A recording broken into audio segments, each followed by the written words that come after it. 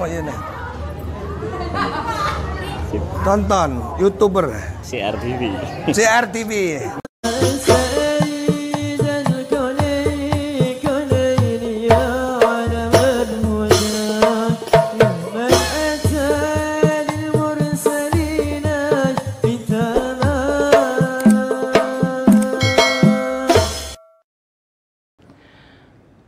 Assalamualaikum warahmatullahi wabarakatuh.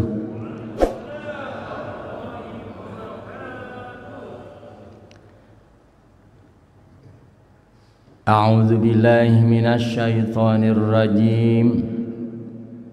Bismillahirrahmanirrahim.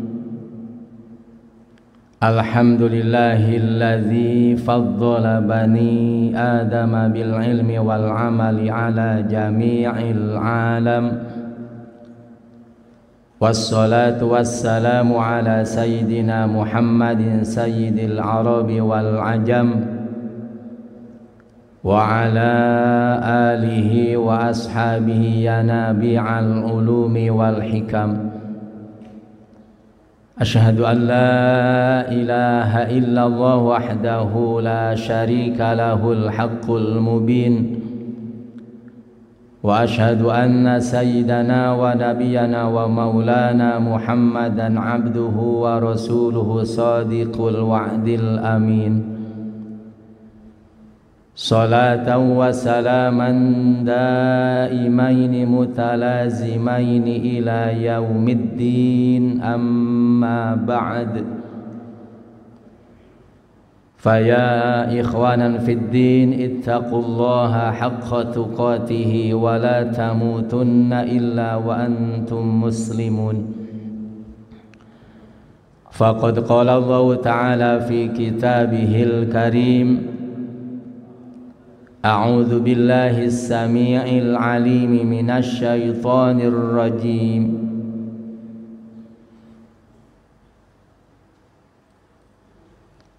Ya ayyuhalladzina amanu ruk'u wasjudu wa'budu rabbakum waf'alul khaira la'allakum tuflihun.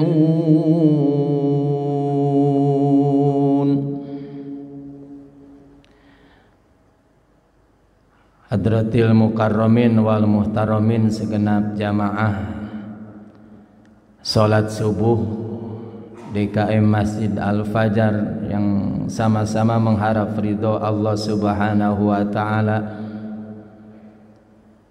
Sebelum kita memulai di pengajian pagi hari ini, untuk mengembalikan niat kita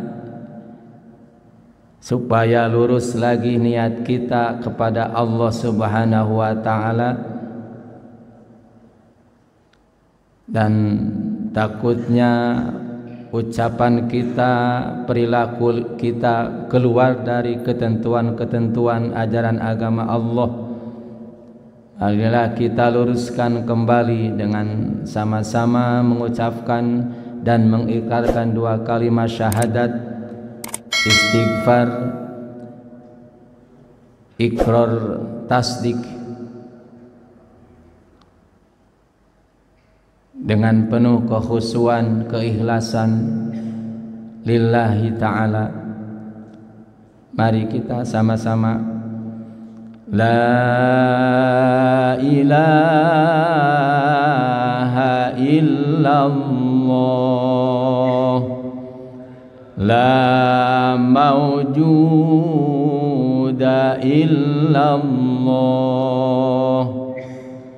la ilaha illallah, la ma'buda illallah, la ilaha illallah, la maqluba إلا الله لا إله إلا الله لا مقصود إلا الله بسم الله توكلنا على الله لا حول ولا قوة إلا بالله أستغفر الله العظيم أستغفر الله العظيم أستغفر الله العظيم وأتوب إليه أشهد أن لا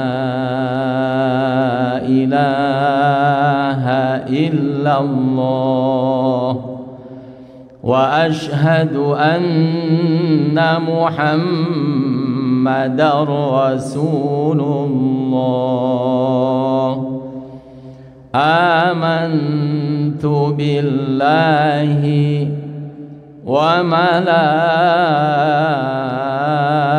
وملائكته وكتبه ورسله وباليوم الآخر وبالقدر خيره وشره من الله تعالى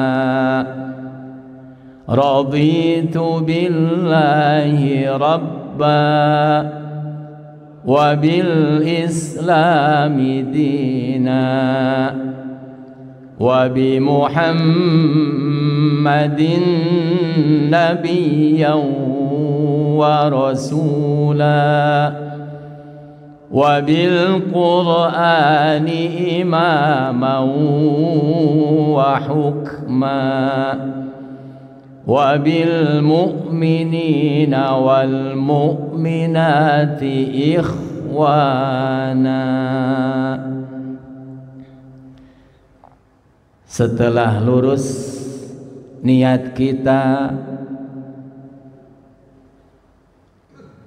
lillahi ta'ala, perlu kita singkirkan jauh-jauh, buang jauh-jauh rodail yang ada di dalam hati kita yang mengganggu ibadah kita, yang mengganggu bahkan bisa menggugurkan pahala amal kita. Jauh, buang jauh-jauh yang ada dalam hati kita. 3 faktor. Yang pertama, tahta, kedudukan yang tinggi, di mana di dalam hati kita menjadi tujuan pengen menjadi orang yang sukses. Menurut kita bahwa orang yang sukses itu adalah punya jabatan yang tinggi, sehingga tidak melihat kanan dan kiri, siku kanan siku kiri, injak yang bawah tendang yang di depan, karena pengen mendapatkan kedudukan yang tinggi.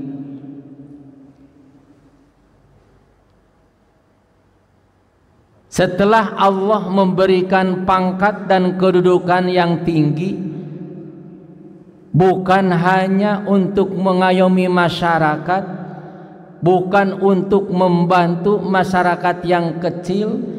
Sebagai contoh, kita di perusahaan diposisikan oleh Allah jabatan yang tinggi. Ada saudara kita yang melamar kerja, bahkan orang itu tidak mampu Jabatan yang tinggi itu bisa memasukkan saudara kita. Bahkan sekaligus anak kita pun tidak mampu. Anak kita bisa bekerja di perusahaan kita, di mana kita mendapatkan kedudukan yang tinggi. Padahal jabatan itu amanat dari Allah. Bagaimana supaya jabatan itu bisa membantu terhadap saudara kita? Dengan membantu itulah kita jangan andalkan amal yang lain bisa menembus keridhaan Allah, bisa mendapatkan masuk tiket surga. Tetapi dengan sekecil itu pun kita mendapatkan jabatan yang tinggi, bisa membantu saudara-saudara kita yang membutuhkan. Jangan lihat ke atas. Kita sebagai diposisikan oleh Allah di mana, apakah bisa bermanfaat, apakah tidak. Pantas Rasulullah mengatakan, anfa'un nasi khairul linnas, anfa'uhum linnas. Sebaik-baiknya manusia itu yang banyak memberi manfaatnya terhadap sesama. Dengan jabatan, ingat, manfaatkanlah jabatan itu. Yang kedua, yang mengganggu terhadap hati kita itu, bahkan bisa ibadah kita itu adalah menurun. Harta bukan berarti harus meninggalkan berusaha, bukan seperti itu. Tetapi hati kita jangan selalu yang dipikirkan itu harta, harta dan harta, sehingga tidak punya tujuan. Apa tujuan mencari harta? Bukan untuk menjunjung tinggi agama Allah, tetapi pengen dilihat orang bahwa kita ini termasuk orang yang sukses usaha, termasuk orang yang kaya.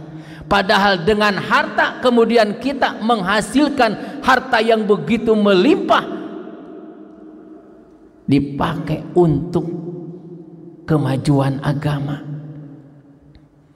Apa yang menjadi halangan, yang mengganggu hati kita, yang menggugurkan amal ibadah kita? Hati selalu, bukan lampah kita, tetapi hati selalu ngait, selalu artinya terhadap dunia, sehingga tidak ada tujuan. Tujuannya hanya sebatas menumpuk-numpuk harta. Syekh Nawawi dalam kitabnya Kifayatul Atqiya menerangkan, wa budunya qailun aina tariqa ainal khalasu kamuskirin syaribat tola. Masya Allah, ingat ke guru tentang tasawuf ini. Harta kita ini bagaimana nih, hati kita terhadap harta. Padahal harta itu dihina oleh Allah dalam Al-Quran, beberapa ayat dihinakan dunia itu. Tetapi hati kita malah senang dengan apa yang dihinakan oleh Allah. Orang yang cinta dunia hatinya ngomong, aina tori, kemana jalan, kemana jalan, kemana jalan, bingung dia. Cari dunia, mendapatkan duit yang begitu banyak, kemudian dia belanjakan, beli sawah, beli rumah, beli toko, habis duit, cari lagi, mendapatkan duit lagi, belanjakan lagi, terus dan terus seperti itu. Hatinya itu yang dipikirkan adalah duit toko, duit rumah, duit yang lainnya. Tidak ada tujuan. Wa muhibbud dunya qailun aina tariq. Orang yang cinta dunia seperti itulah. Aina tori, kemana jalan? Kata wajangan, jalma nu cinta dunya hatena ngomong, kamana jalan kuring kasarung. Kebalinger, bingung, masuk ke hutan, kemudian di hutan dia bingung kemana arah tujuan, tidak bisa pulang akhirnya. Apa disebutnya? Masuk ke hutan, pas begitu masuk ke hutan dia bingung kemana jalan tempat balik tadi, kesesat, tersesat. Orang yang cinta dunia seperti itu, awas, buang jauh-jauh. Itulah yang menghambat ibadah kita, yang menghambat amal ibadah, pahala ibadah kita. Wa muhibbud dunya qailun ainat tariq ainal khalasu kamuskirin syaribat tola. Seperti orang yang mabuk. Orang yang mabuk bagaimana? Yang dia ingat, keluarkan, lontarkan ucapan-ucapan. Katanya, mudah-mudahan kita dijauhkan. Orang yang mabuk bagaimana? Orang yang mabuk itu seperti orang cinta dunia, seperti itu gambarannya. Kamuskirin syaribat tola. Dua, yang ketiga wanita ini. Dengan wanita inilah lebih parah. Jabatan kita bisa hancur karena wanita. Harta kita yang kita kumpulkan yang melimpah hancur berantakan gara-gara wanita. Allahu Akbar. Maka agama menganjurkan daripada harta hancur, daripada jabatan turun, ibadah tidak tenang, kawinlah, kata Allah. Kawin. Fankihu ma tobalakum, kata Allah kan gitu. Masna wa sulasa wa ruba. Itu bukan apa-apa. Takut mengganggu terhadap tujuan kita. Karena dengan pernikahan itulah bisa menenangkan hati. Kalau seandainya tenang satu, sudah satu saja. Tidak tenang, tambah lagi. Asal tenang hati. Ternyata tidak tenang.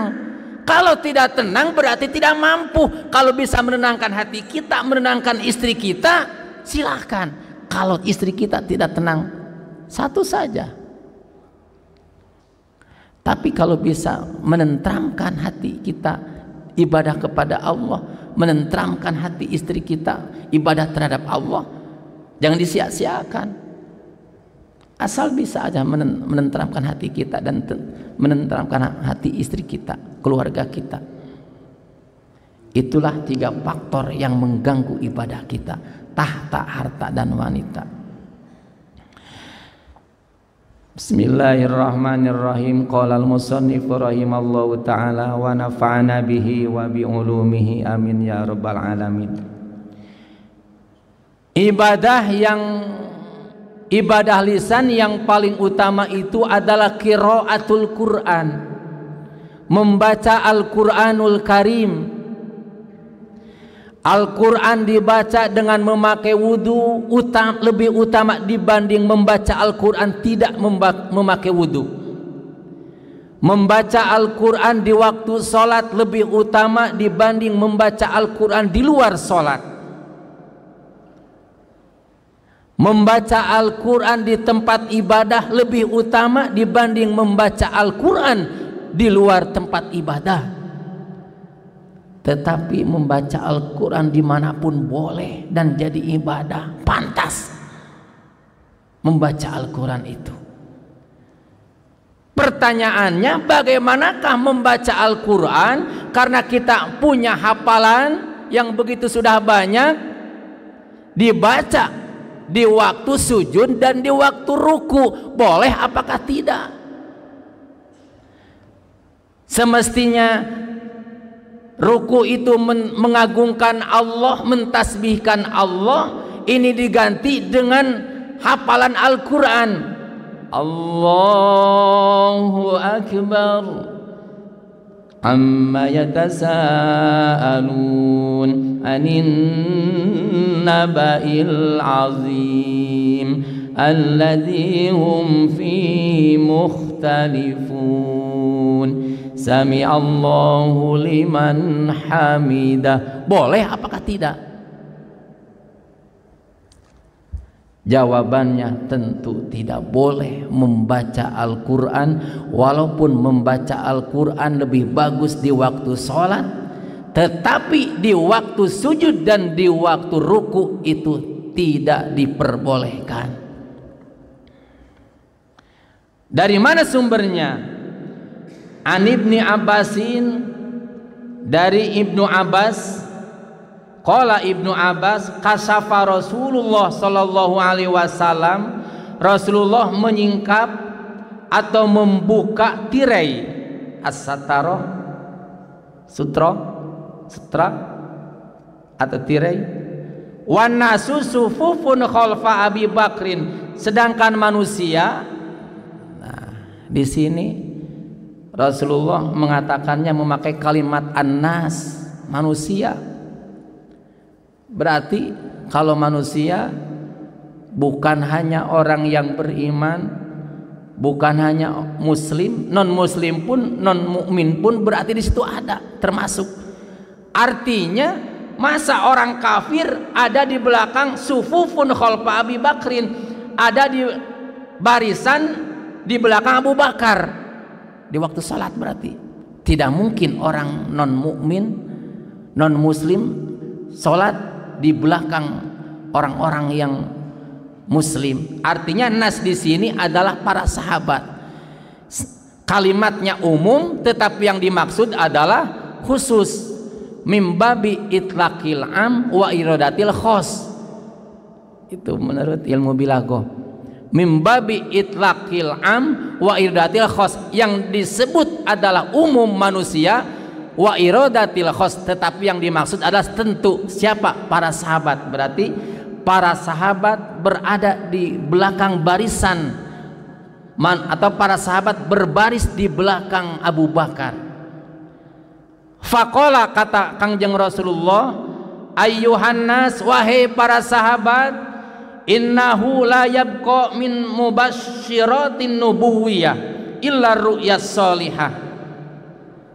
Tidak ada sedikit pun yang tersisa mim mubasysyiratin nubuwah, dari kabar yang menggembirakan dari kenabian. Tidak ada, hai para sahabat, yang tersisa sedikit pun kabar gembira tentang kenabianku illa ru'yas sholihah, kecuali dengan mimpi yang benar. Artinya ucapan Rasulullah adalah wahyu, mimpi Rasulullah adalah benar, itu adalah wahyu.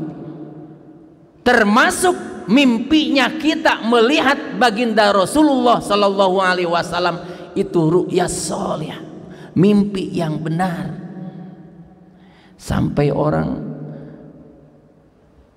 muslim membaca sholawat kepada Rasulullah, pengen bertemu dengan Rasulullah dengan sholawat, as-salatu wassalamu alaika ya sayyidi ya Rasulullah, khudh biyadi qallat hilati adrikni adrikni adrikni ya Rasulullah. Dibaca dibulak-balik, tidak mimpi-mimpi. Ada hamba Allah yang dicintai oleh Allah, dia mimpi dengan melihat Rasulullah, itu mimpi yang benar. Kenapa mimpi yang benar bagi umatnya? Karena si iblis tidak bisa menembus kepada baginda Rasulullah sallallahu alaihi wasallam. Kalau kita mimpi, mungkin saja pernah melihat Rasulullah, itu mimpi yang benar. Mimpi yang benar. Ya rohal muslimuna, di mana orang-orang yang Islam bisa mimpi terhadap ru'yah solihah atau dilihatkan kepada muslim, dilihatkan kepada orang yang Islam bahwa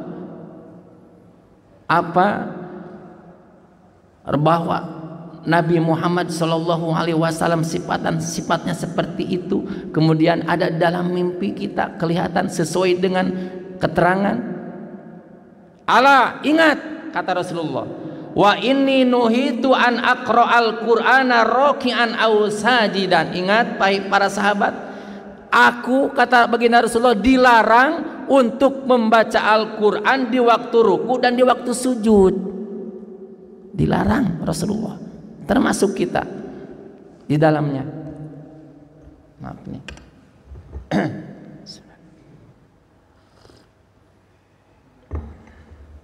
Mangga, yang punya silakan.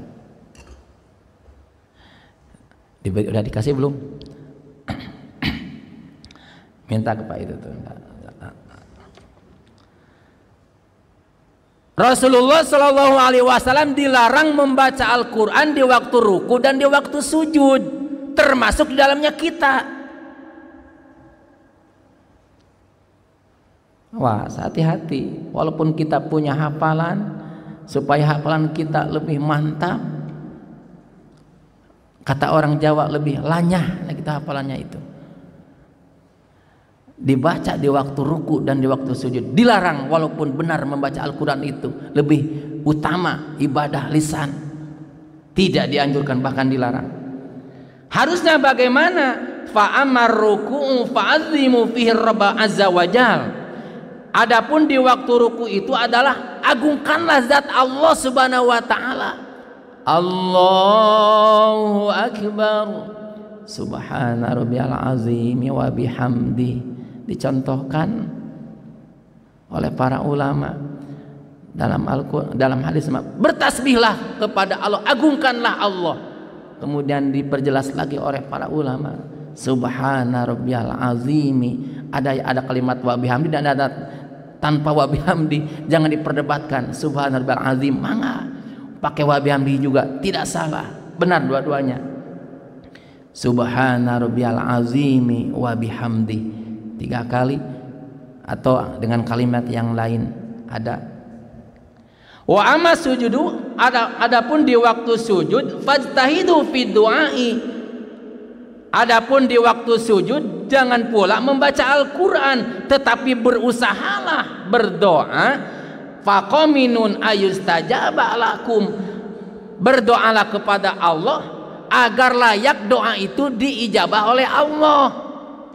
Bagaimana? Karena berdoa di waktu sholat itu adalah diijabah.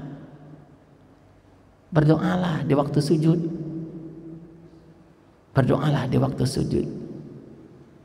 Bagaimana kalau Al-Quran, di dalam Al-Quran itu ada yang khusus doa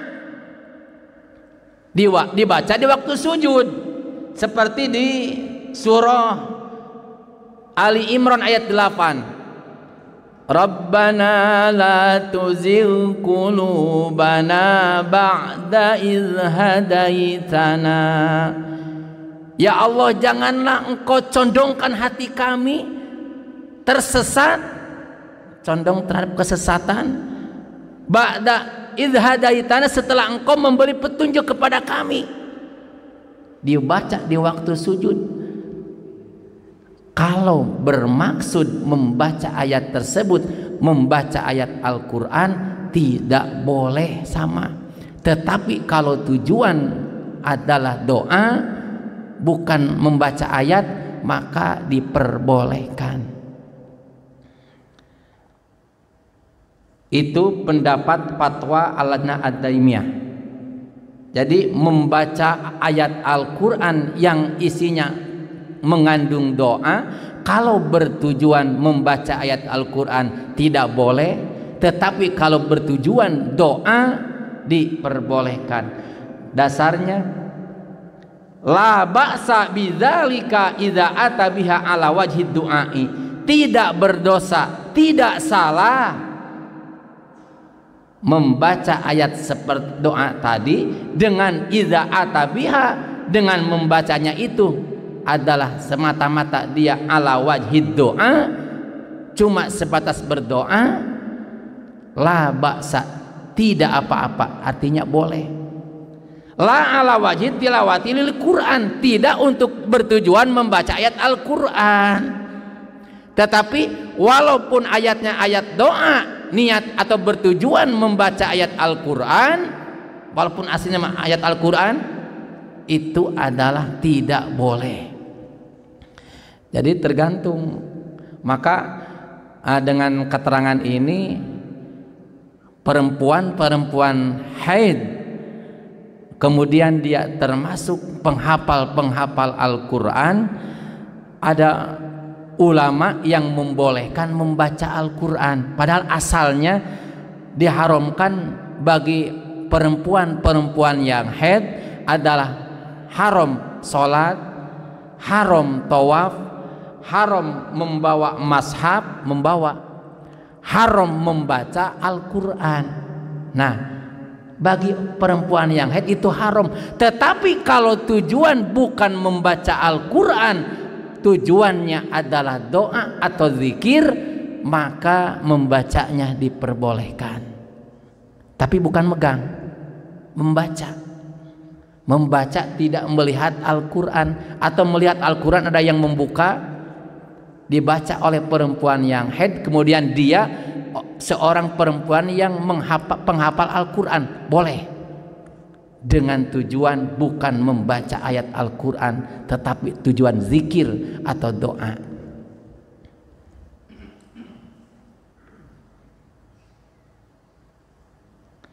Kemudian bagaimanakah di waktu sujud? Kalau berdoanya itu atau di waktu sholat, terutama di waktu sujud yang dilamakan itu sujudnya, apalagi di terakhir, doanya itu memakai bahasa ajam, memakai bahasa asing. Termasuk kita ini asing kalau menurut orang Arab, orang asing, WNA termasuknya, memakai bahasa ajam. Ya Allah, curahkanlah kepada kami umpamanya memakai bahasa Indonesia, boleh apakah tidak? Jawabannya tentu tidak boleh membaca doa berbahasa Indonesia dalam sholat, memakai bahasa ajam, bahasa pinter bahasa Inggris memakai bahasa Inggris, pinter bahasa Jepang memakai bahasa Jepang, pinter atau fasih membacakan bahasa Indonesia, dibacakan doa memakai bahasa Indonesia di waktu sholat, tidak boleh. Dari mana sumbernya? Wala yajuzu ayyahtari'a dawatan ghairu ma'surin, tidak boleh membuat-buat doa ghairu ma'surin, yang tidak maksur, artinya yang tidak ada doa yang dicontohkan oleh baginda Rasulullah dan tidak ada dari Al-Quran, tidak boleh.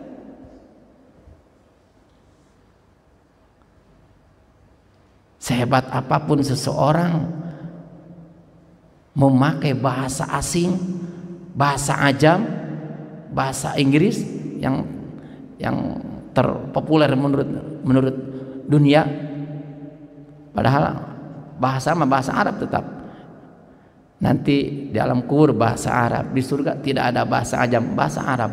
Maka dalam agama Islam dianjurkan harus mempelajari bahasa Arab, dianjurkan berbicara dengan bahasa Arab. Maka menerapkan anak-anak kita, panggilan itu adalah bukan bapak, bukan mama, abi, umi, sebaiknya ya seperti itu, mendidik gitunya, supaya anak belajar bahasa Arab. Abi kan bapak artinya, umi ibu. Nah, itu. Jadi mengajarkan anak sedikit-sedikit dengan bahasa Arab. Bagaimana dengan papi, dengan mami? Itu nanti di akhirat mami, papi, tidak ada bahasa itu, tidak ada keluar bahasa itu, tidak. Jadi tidak ketemu mami itu, mana mami, mana papi, tidak ada di surga. Karena salah panggilan, salah memanggil. Nah, jadi dengan bahasa Arab. Wala yajuzu ayah tari adawatan ghairu ma'surin wa yati bihal ajamiyatu. Kemudian karena dia fasih bahasa ajam, maka dia memakai bahasa ajam di waktu sholat. Bila khilafin, tanpa perselisihan paham, tidak beda paham, wa tabtulu bihas sholatu, maka batal sholatnya. Hati-hati. Kalau mengeluarkan dengan suara berdoa, walaupun baik doa itu adalah doa yang baik, doa adanya doa yang jelek ada. Seperti di waktu salat sebut kunut itu adalah doa, berdoa. Itu ada kunut nazilah. Kunut nazilah itu adalah untuk menghancurkan suatu kaum atau menolak bala. Itu ada doa yang jelek, maka doa yang jelek itu begini supaya ditolak. Nah gitu. Dianjurkan oleh para ulama gitu, dan dicontohkan oleh baginda Rasulullah. Pernah Rasulullah berdoa di waktu istisqa ya kalau salah, jadi begini gitu ya. Nah, sehingga dengan itu yang lain juga, kalau urusan yang jelek maka dibalikin itunya tangannya. Nah, jadi walaupun doa itu baik di waktu sholat lagi, karena dengan bahasa ajam atau bahasa luar bahasa Arab, tabtulus sholatu, bisa membatalkan sholat. Hati-hati. Bagaimana kalau di hati? Silakan. Kalau di hati, asal jangan keluar. Asal jangan keluar suara, tidak bersuara, dalam hati saja. Minta apa? Silakan. Karena walaupun berdoa dengan bahasa Arab, tetapi hatinya satu tidak tahu artinya, apa tujuan yang dibaca tadi. Tapi kalau dengan bahasa kita, kita pasti paham maksud dan tujuan yang dibaca oleh kita, kemudian diucapkan dalam hati kita, itu lebih mantap malah. Tetapi kalau di waktu sholat diucapkan dengan suara yang lantang, itu membatalkan sholat. Karena membaca doa dengan bahasa ajam atau bahasa asing tidak boleh, kemudian kita menambahkan doa yang berbasis Arab atau sekaligus doa yang ma'tsur. Semestinya subhana rabbiyal a'la wa bihamdi, ini ditambahkan dengan kalimat yang lain. Boleh apakah tidak?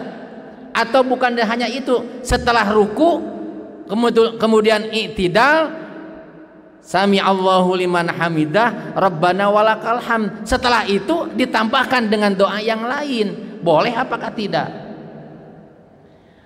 An Rifa'ah bin Rafi'in az-Zuraqi, hadis yang diriwayatkan oleh Rifa'ah bin Rafi az-Zuraqi, qala kunna yauman, kata Rifa'ah, suatu hari kami sholat, wara'an Nabi sallallahu alaihi wasallam, di belakang Nabi sallallahu alaihi wasallam, falamma rafa'a rasahu minar raq'ati, dikala Rasulullah sallallahu alaihi wasallam mengangkat kepalanya dari ruku, artinya bangun dari ruku, qala Rasulullah sami Allahu liman hamidah, maka Rasulullah mengucapkan sami Allahu liman hamidah.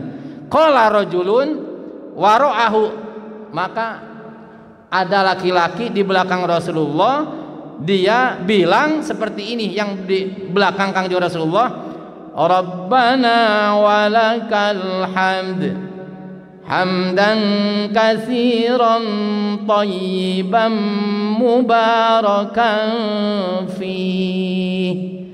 Kata laki-laki itu, Rasulullah sami Allahu liman hamidah, di belakang bareng serempak Rabbana walakal hamd. Ada satu laki-laki, hamdan katsiran thayyiban mubarakan fih. Ada satu laki-laki, sahabat berarti, sama satu-satunya yang membaca itu. Falaman sorofa qala manil mutakalim. Setelah Rasulullah beserta laki-laki tadi selesai dari sholat, Rasulullah berkata, manil mutakalim, siapa yang ngomong, siapa yang bilang tadi setelah sami Allahu liman hamidah rabbana walakal hamd hamdan katsiran thayyiban mubarakan fi, siapa tadi yang ngomong seperti itu?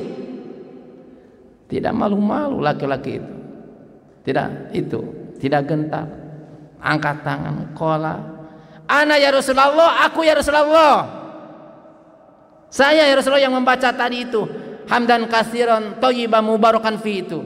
Setelah walakal hamd, tak menambahkan laki-laki itu Rabbana walakal hamd, tambahkan oleh laki hamdan katsiran thayyiban mubarakan fi. Dihafal, hamdan katsiran thayyiban mubarakan fi. Jangan sebatas Rabbana walakal hamd, ada tambahannya. Nah, kita kan kalau makan kan ada lebihnya, apa lebihnya? Ada itu. Ramenya kata Pak Pur, kalau pingpong rame, nah lagi rame pingpong sekarang itu. Kalau pingpong rame ada lebihnya. Apa lebihnya? Ada soto, nah itu lebihnya. Nah, ada bakso, itu lebihnya. Salat juga itu. Sami Allahu liman hamidah, yang lain cuma sebatas Rabbana walakal hamd, kita ada lebihnya. Hamdan katsiran thayyiban mubarakan fi. Bagaimana? Qala, kata baginda Rasulullah, ra'aitu bid'ata wa salasina malakan, kami melihat 39 malaikat di waktu kamu mengucapkan hamdan katsiran thayyiban mubarakan fi, yabtadirunaha ayyum yaktubuha awwalu. Mereka yang malaikat yang 39 itu berlomba-lomba pengen menuliskan kalimat itu. Apa? Yang para sahabat yang tadi tidak melihat ada malaikat, tidak, karena ditutup hijabnya, hanya Rasulullah yang dibuka hijabnya. Maka dalam ilmu akhlak itu, lau kusyifa anal hijab la ra'ainaha, apabila dibuka penghalang dinding dalam hati kita, pasti akan melihat yang gaib-gaib.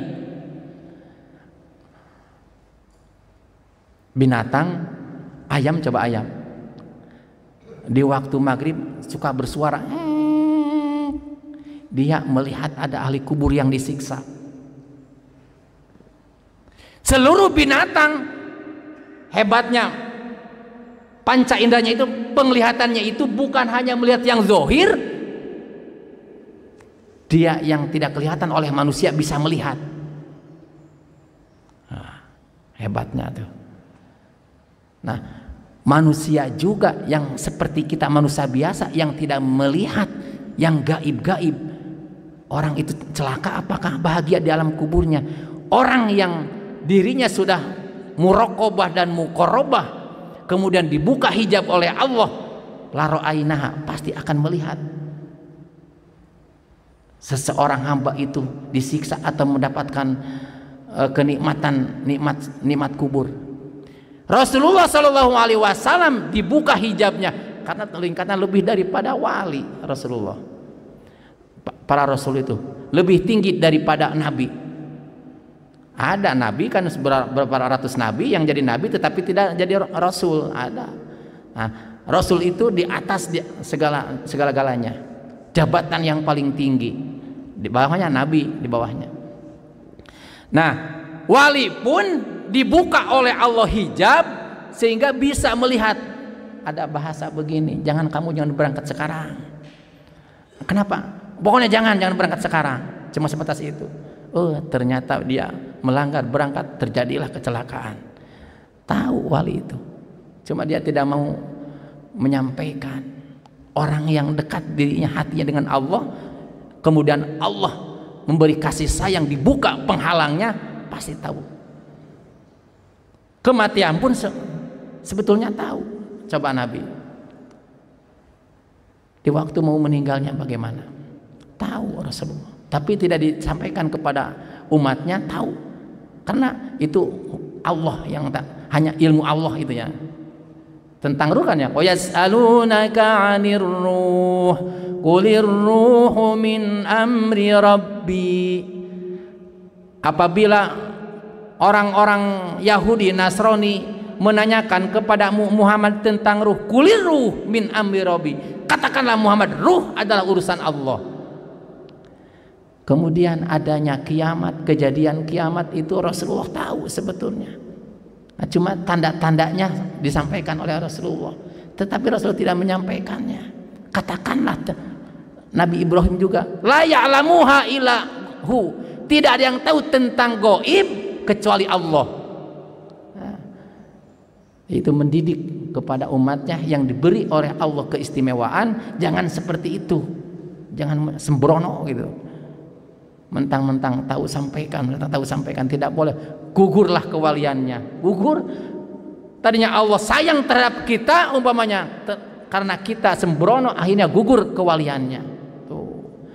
Itu kedudukan yang tinggi, pertahankan. Seandainya mungkin di antara kita ada yang seperti itu, pertahankan. Nah, jadi ada lebihnya tambahan, artinya diperbolehkan doa yang di luar maksurat.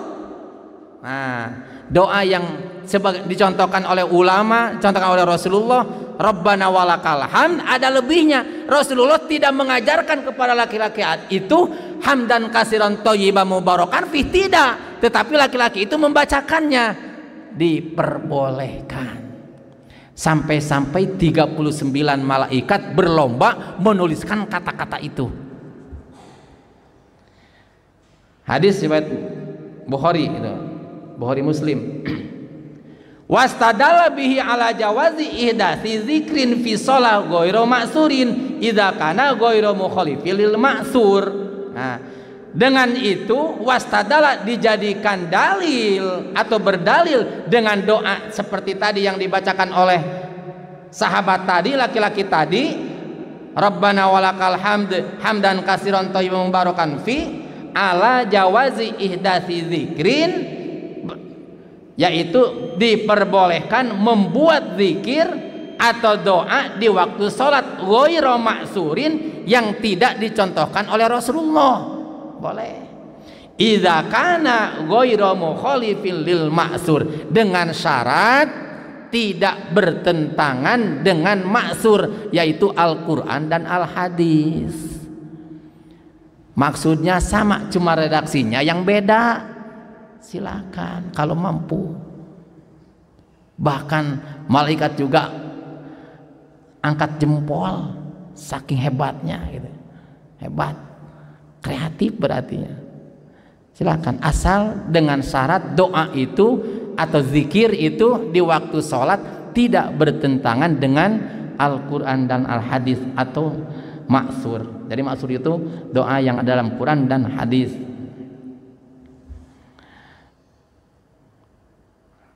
Habisnya waktunya ya? Hah? Pertanyaan dulu. Nah, ini bagaimanakah seseorang meninggal kemudian dia termasuk muslim, mukmin, di waktu di alam dunianya melanggar, tidak mau melaksanakan sholat, sehingga banyak beberapa sholat yang tertinggal kemudian diganti yang disebut dengan fidyah. Apakah boleh, apakah tidak? Nanti jawabannya bulan depan insya Allah.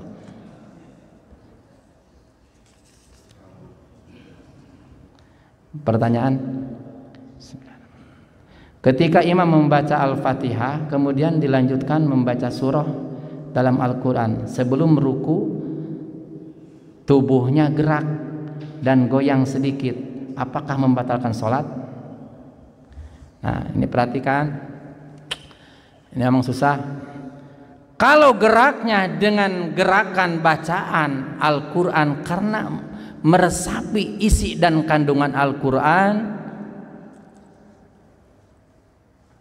wa fi anfusikum afala tubsirun, agak gerak sedikit, tidak apa-apa.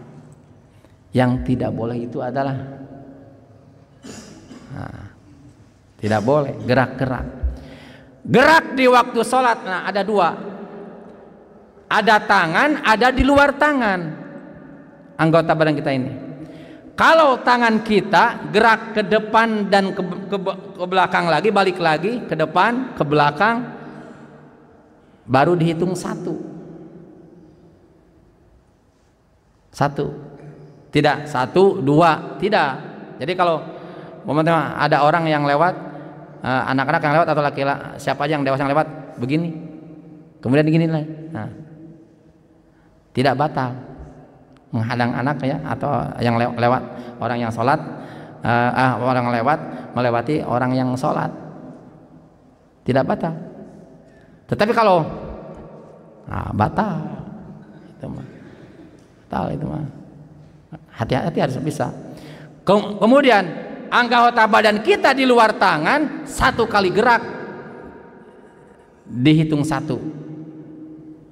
Maka perhatikan, awas, saya contohkan di waktu ruku, di waktu sujud. Ini kaki harus disiplin. Allahu Akbar. Ini udah gerak tuh. Karena ini agak sempit, begini ya. Dihitung 1 ini. Karena ini sebelah. Tambah ini. Bisa berapa? 3 berturut-turut. 1. Habis, batal salatnya. Wah.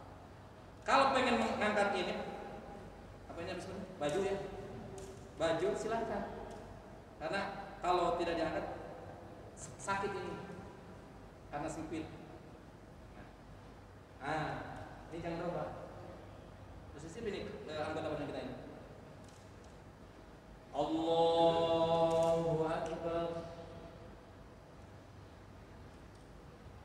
Tetapi kalau ini gerak 1, 2, 3 batal.